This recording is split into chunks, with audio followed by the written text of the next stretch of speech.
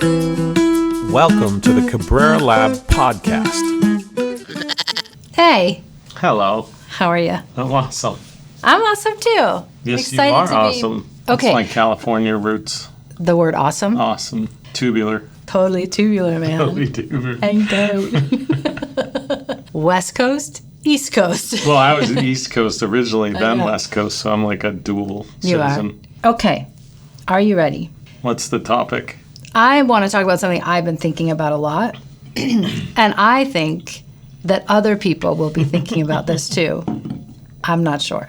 As we move to the end of our semester, our last child's going to college, we've got all kinds of stuff going on. And I was thinking, how does being a systems thinker help us navigate changes in life, big and little? Yeah. And I was thinking, because I was appreciating the fact that sometimes a lot of things are happening at once, changes. Almost professionally, always, personally, and they all kind of come together. You know, sometimes they say things happen in threes and stuff like that. And I was thinking, I feel... That's not true, by the way. I know they don't. Yeah. But I feel confident. Things do happen in threes. That is true. But it's not like a pattern of the universe. It's just random that every once in a while it happens in threes. No, it's just you begin counting at 1 and stop at 3, and you don't notice the pre-1 and the post-3. And we're biased. Yeah, so you're like, oh, 3. This is going to be a fun one. Okay, so here's what I was thinking about. I was thinking about other people I know and how sometimes just one change can really thwart people, can really cause a lot of anxiety and stress. Yeah. And I was thinking, I'm lucky I feel fairly confident to navigate several at once because I feel, for lack of a better word, armed with DSRP and systems thinking. Yeah. So just hear me out, and then I want to hear your thoughts. Okay. I think it comes down to 3 things. Navigating change. Yep. I think the first one is embracing and loving the reality of the situation you're in. Yeah, pretty important. I think the second one is, once you've embraced that reality, understand the mental model you're building about that reality and interrogate it, its veracity, using DSRMP. And I think the third step is adjusting your mental model to better fit reality and then acting. This is my thought. Oh, I think it's very good. In the moment, that those are the things that you have to do, but it misses one really critical part. Yes. Which is, what do you do before the moment? The moment of change? Yeah. The moment that requires change. That's the key. Capacity is the key. Really? Say more about that. Systems thinking and DSRP will build an adaptive thinker. And an adaptive thinker will adapt in any situation. Yes. So change is all about, the reason we have trouble with change is because in our lives is because we're not adaptive. We don't have an adaptive thought style. These skills will build adaptivity, but they don't just build them by knowing them, they build them by practice. And there's a really important place we can look to learn from people. Yes. And that is Olympic level or professional level athletes, or even college athletes, or serious athletes, special forces teams, firemen, policemen when they're funded, pretty much anything that people are really top notch at is going to require practice. And the reason that people practice is so that when they get in that situation, they're ready. They have capacity. Gets to VMCL. This is why capacity is so important. Yeah. You have the capacity for action. Capacity actually is a really interesting word because it's like a combination of capacity, but it has inside of it capability. So it's the capacity of ability. Yeah. It's the capacity, having the volume of ability at the ready so that you can apply it in action. And so if you get to a situation, this happened all the time when I was guiding and training guides in the mountains. They would say, well, what do you do when you get in this situation? And I would always I'd be like, oh God, that's a hard question, because I wouldn't get in that situation is my answer. I just wouldn't get in that situation. because I built the capacity to avoid all the lead ups to that. Yeah. Right? So the time to deal with the crisis is before the crisis, especially in what you're talking about is we know that change is kind of the only constant. We know it's predictable. Change is predictable. Yes. So because we can predict it, we can practice for it. Yes, I understand what you're saying. Yeah. So in the moment, you're absolutely right. Love reality, mental model, adapt the mental model. It's the love reality loop. It sounds like you're saying, first and foremost, you have to start building this mindset and this ability to be adaptable. Yes. To expect to have an adaptive mindset. To have an adaptive mindset. Which is ironically kind of a misnomer in some ways, meaning misnamed. We shouldn't call it a mindset. Right. We should call it like a mind flow or something like that because a mindset by definition means that you're set. And what we want actually is just a way of thinking that is so adaptive to the situation, to whatever situation, that no situation is overwhelming. Right. Because you're ready for whatever comes at you. And Special Forces is a great example of this. I mean, they have to they know predictably that the situations that they're going to deal with are both hyper dynamic, changing, and hyper fast. So not only, and they have to get it right. Yeah. So not only do they have to get it right, but they have to get it right in a hyper dynamic or changing environment, and they have to get it right in a hyper dynamic changing environment that is fast. And so the only remedy for that, the only way to be ready when that happens is practice. Right. So what that means, if I'm listening to this, is I really shouldn't be focused on instantiations of problems and my problem-solving ability in those instantiations. I should be working ahead of that to develop the skills, this set of skills and ability. Okay. So that you're ready for any of those situations. Because if you get in that situation and you haven't built the neural pathways, then you're not... The stress of the situation is not going to open up neural pathways that you haven't built. I often think about it like I used to guide in Yellowstone National Park. And Yellowstone's like a square. And it has a couple entry points. And then there's this like a loop. And 99%, I don't know, you can check with the Park Service about the actual statistic, but like something on the order of about 99% of the people that visit the park stay on this loop, which is a driving loop, right? And for the most part, they see, this part of the park. They see, this little... Yeah. That's what they see of the park. Well, the park is absolutely huge, and it has all these wild spaces that are amazing and untouched and just gorgeous and wild. But most people don't, 99% of the people don't go there because they don't have the skills to go there because they won't go off trail, right? So if you can build the skills, I sort of think like if we built a trail that went like that, then people would take that trail. Well, that's kind of like a great metaphor for how your brain works. If you practice the adaptive skill of for example, to be specific, the 6 moves that we talk about all the time. Yeah. If you practice those 6 moves, then when the situation arises, your brain will just click into those 6 moves. You won't have, because in the moment, you're going to be stressed, you're going to be overwhelmed, there's going to be a lot of information, there's going to be a lot of emotion. There's going to be a lot of everything and a lot of change, and it's happening probably somewhat fast. And you want to get it right because it's important to your life, whatever it is, whether it's your kids or your job or whatever. So in that moment, you want your brain to click into to what it knows. And if what it knows is the typical binary Socratic Aristotelian logic that we've all been taught without knowing that we were taught it, linear binary logic, then you're going to click into linear binary blacks and whites and linear processes, and you're not going to see the system. Right. But the thing you're dealing with is a system. So then your mental model is going to be out of alignment. And then you're going to get it wrong. Right. So let's go back. So let's stay right there. Your mental model is out of alignment. So to me, I think when I'm talking to people, or I'm I was on the phone with a friend a few weeks ago, and she was struggling personally with a bunch of things, personal things like family things.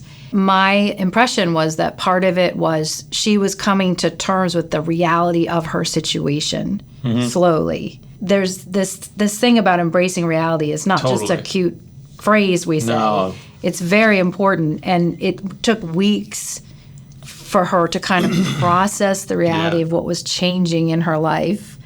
And it wasn't until she really took it in, as painful as it was, that she could then start to actually stop feeling, only being in the feeling part of it, and then start being in thinking about this, thinking it through. Yeah. So to me, I think it's important because we say love reality all the time. We want to put it on T-shirts, but it has really significant, important function. Yeah, it's so powerful. The love reality loop and the concept of love reality is so powerful if you really deeply understand what it means because of what you're saying. It's like, think of like your friend. There's, if you've ever tried to pull like a donkey or a burner, a Bernese Mountain Dog, you know that as soon as you try to pull a burner, it resists. That immediately, and it's a pulling dog, so it will not go. Yeah. And so that's a not understanding reality, right? But your friend is kind of resisting reality. So we have to not only fast but get it right and dynamic change, right? Those are the ingredients that we're dealing with. We want to get it right. It's happening fast often. And it's dynamic, changing. So, if you spend most of your time resisting even seeing and acknowledging and even more loving reality, like appreciating reality for what it is, even when it's painful, even when it's emotional, even when it's not exactly turning out the way you want it to turn out. Yeah. Then you're wasting time, essentially. As hard as that is to hear, you're wasting time. This episode is brought to you by STSI, the Systems Thinking Standards Institute. Yes, super excited to work with STSI, raising the standard for 8 billion systems thinkers, science-based standards, training, the professional systems thinking credential, accreditation for organizations, the systems thinking or thinker toolkit.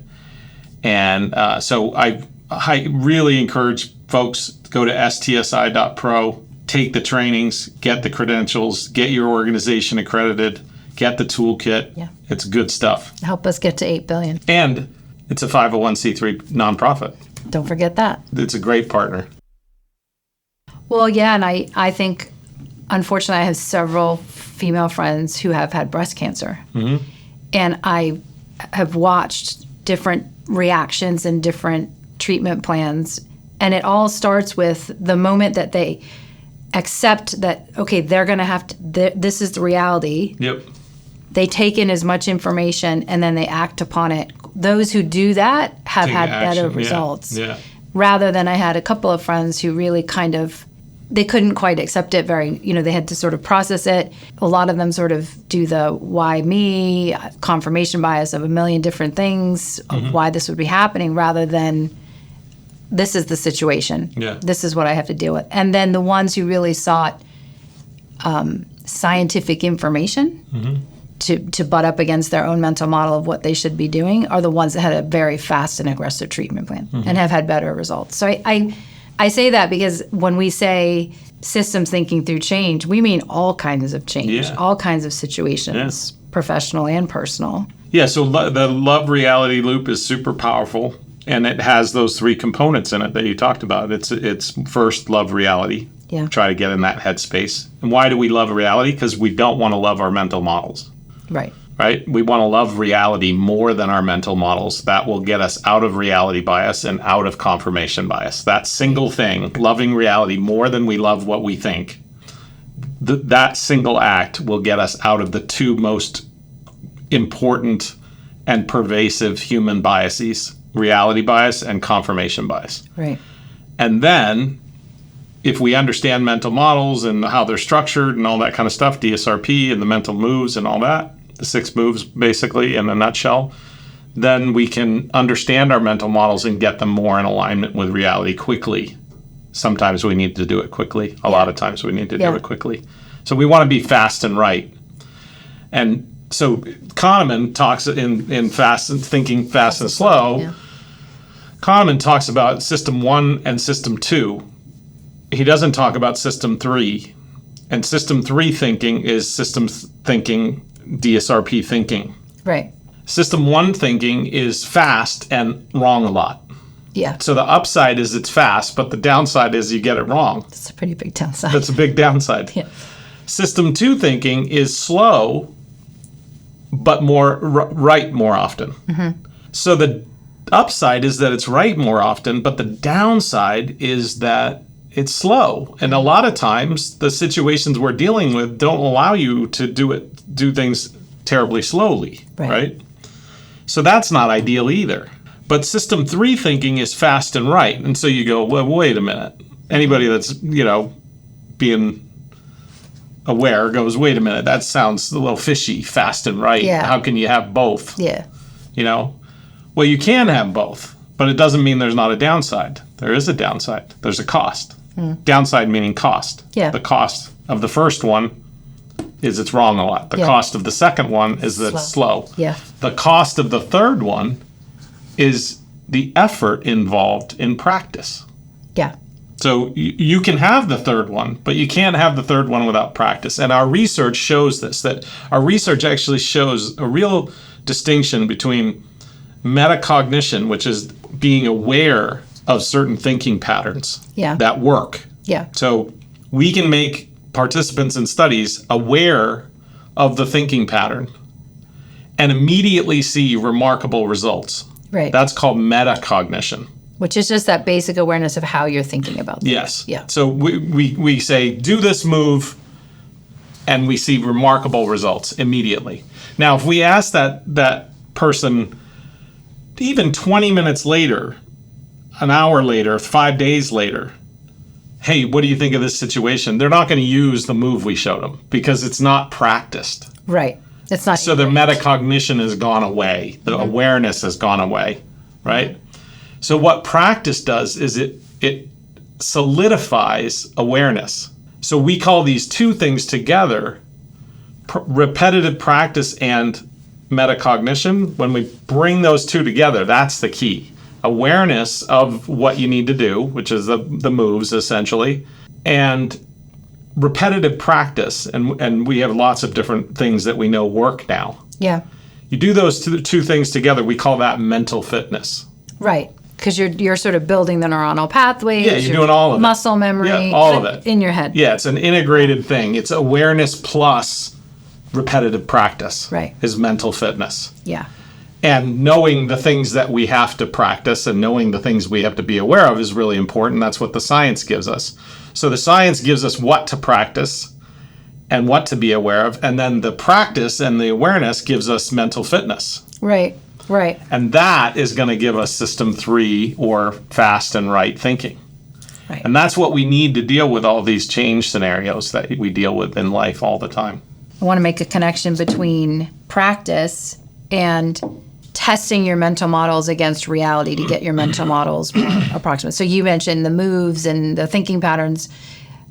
I guess for me, I'd like to be very specific. So for example, I have a mental model about a change that's happening in my life.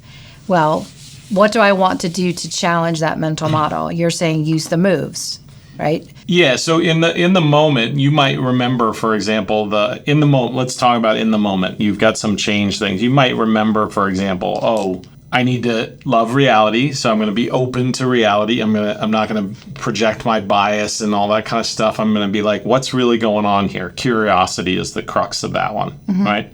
And then I got to think about what my mental model is, right? And so you say, well, my mental model is, that this thing is leading to this thing. Right. And you can come up with an example or something. I haven't been working very hard and I might get laid off. Yeah. So I haven't been working very hard and I might get laid off, right? And so you come up with this mental model. Now, in the moment, you might go, okay, I look at reality and I see, I see all that. That's kind of confirmation bias, right? I see all the things that I think of. If you haven't practiced, you're not going to say, well, wait a minute. We know that things aren't linear cause. They're webs of cause. That's one of the moves, right? Party and RDS and things like that. So we know that, probably there's something that led to this and something that led to this and maybe even some other thing that led to this, right? Yeah. And it looks more like that.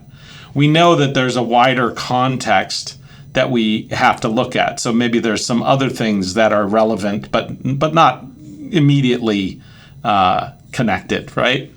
Well, if we don't practice in the moment, we're not going to see all that. We're just going to see this narrow frame. This very narrow frame of it. And if we don't practice, we won't do that because we'll be so stressed out about this. We'll be so emotional about this. We'll be so worried about this. We'll have so much anxiety about this that we won't do these other things. Well, meaning we're going to focus in on this and we're going to miss all these other possible points of places where we could emphasize and change. So maybe I think I have to change something here, but really if I deal with these two things, this piece of it can change. Yeah, and we won't even, depending on the situation, different situations are different, but we might not even question like this thing, for example, which is we are making the assumption that this thing equals bad. Right. Does it equal bad? I mean, yes, it probably equals bad in one scenario, but I can tell you, as we all know, in life, you think, this is the worst thing that's ever happened to me. And then, 10 years later, you look back retrospectively and you go, that was the best thing that ever happened to me. Right. Like had that not happened, this other thing wouldn't have happened and this other thing wouldn't have happened. So like having that context in the moment is helpful to be like, this isn't the end of the world, first of all. Right. Now, we might want to avoid it, but first of all, it's not the end of the world. And second of all, there's more to the picture than we're seeing. Well, okay, so there's a couple of things that are interesting about that. So first of all, let's say I'm a person whose parents forced me to go to law school. Yeah, exactly. And all of a sudden my law firm is doing mass layoffs and I lose my law job. And I've always wanted to be a poet. Sure. I can be a poet now. You can be a poet. I can try to figure that out, right? Find a job. The other thing is this correlation between my work and laying off is often spurious because layoffs we know happen for larger factors like the company's having financial trouble or they're downsizing a department. So it's like, I guess what I'm getting at is you can literally interrogate every piece of this puzzle and every relationship. Yes. And you can do it fast. That's the part that people really, if you haven't done it, it's hard to imagine that you can do it fast. Right. If you haven't practiced it, it's hard to imagine that. I mean, I'm not talking about, hold on, I know this situation is happening. Let me go get a whiteboard and spend 7 days mapping it. I'm not talking about that. I'm talking about that fast. Yeah. You can see it. Yeah. The map happens in your mind. Yeah. Or maybe right? Like it's that. It's that fast. That's the speed that comes from practice. Right. It's not a big laborious thing that I'm talking about. It's in the moment, you're adaptive. Yeah, and to be honest, it doesn't take a lot for it to become fairly second nature because it is actually what your brain is already doing. If you start thinking about things in this way and practicing checking your mental models, before you know it, it's just part of how you are. Yeah, and if you understand, for example, that all of your emotions are driven by mental models, all of your behavior, all of your actions, all of your assumptions, all of it is driven by mental models, then you know that if you're having an emotion, right, then there's a mental model. Well, you can quickly be like, well, what's the mental model that's driving this emotion? Oh, right. Wait a minute, that mental model is not quite right. Right. So then the emotion's not quite accurate either, right? If I change the mental model, I'm going to change the emotion that comes part with it. Right. And that's critical. That's absolutely critical because a lot of times what we're doing is we're piling on to difficult situations difficult emotions, which are driven by completely spurious mental models that we're not even seeing. Right. So we're making the situation worse than it has to be. People say this all the time. I hear this all the time. That overthinking. I mean, we're back to that. it's crazy. It's crazy how much I hear this concept of overthinking. Yeah. It's not overthinking. It's underthinking. Overfeeling. You're overfeeling. Yeah. You're not having emotional regulation. Overthinking, what people call overthinking, is actually over-emoting with anxiety and stress and fear and all these things that are coming from false mental models that have not been verified, validated, tested, anything. They're invisible to us. The emotion is visible. The mental model that's making the emotion is invisible because we haven't practiced seeing it. Yeah. As soon as we see it, we go, wait a minute, that's a silly mental model that's causing this anxiety. And this anxiety is making the situation way, way worse than it actually is. Right. That's not overthinking, that's underthinking. Yeah. That's underthinking. And I've people have pushed back on this a lot, and so I've gone and really looked at it. In every single situation that I've heard people talk about overthinking, it's almost never about overthinking. With the possible exception of some forms of analysis paralysis. Yeah. Right? There's some of that. Yeah. But 9 times out of 10, when people are talking about overthinking it, what they're really talking about is over-emotioning it. Well, too much anxiety, stress, whatever. Well, I would push back on that just a little bit. I do think emotions are part of the problem. I don't think it's necessarily only over emotions. I think part of when I think of myself as overthinking, which I try not to do, I think it's when I've actually conflated my feelings and my thinking. Yes. And I've gotten myself in a ball of stuff I can't unravel. So my brain starts to sort of panic. And then I spin. You spin. And so then I say I'm overthinking it. But the truth is I'm feeling and thinking You're underthinking because a conflation is a lack of distinction. Yes. A conflation is a systematization, part whole, when you should be distinguishing. That's what a conflation is. When we conflate things, we're grouping something that should be distinct.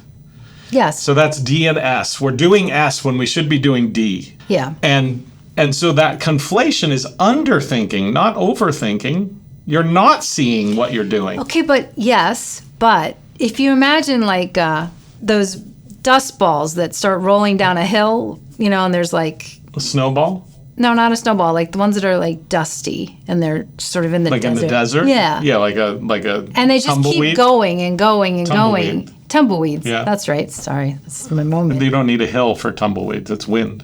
Okay, but let's pretend. Let's go snowball. It's rolling down a hill. Yeah. And I can't separate my thoughts and my emotions. Yeah. I can't separate and it just goes and goes and goes and goes, and it gets bigger and bigger. But you can separate your thoughts. It's a hypothetical. Oh, okay, got it. What's the hypothetical? The thing is, I'm not sure that overthinking is just over emoting. I think overthinking is actually more the conflation of the two and the self-reinforcing loop that it creates that then leads you in this emotional reaction. And what's the way out of it? Well, obviously, to pull them apart. Which is? Distinction. Thinking. And thinking, like distinguishing your thoughts. Which means that the way out of overthinking is thinking, then it's not overthinking. Okay, I see what you're saying. It's underthinking. Yes, I get what you're saying. It's underthinking, and the way out of overthinking is ironically thinking. Is thinking and doing less, having more regulation of emotion. So you need to down the emotion and up the thinking. Or separation of the opposite of the word overthinking. I agree with that. That is I get what too much emotion that is conflating with your absolutely terrible thinking. You're overthinking it.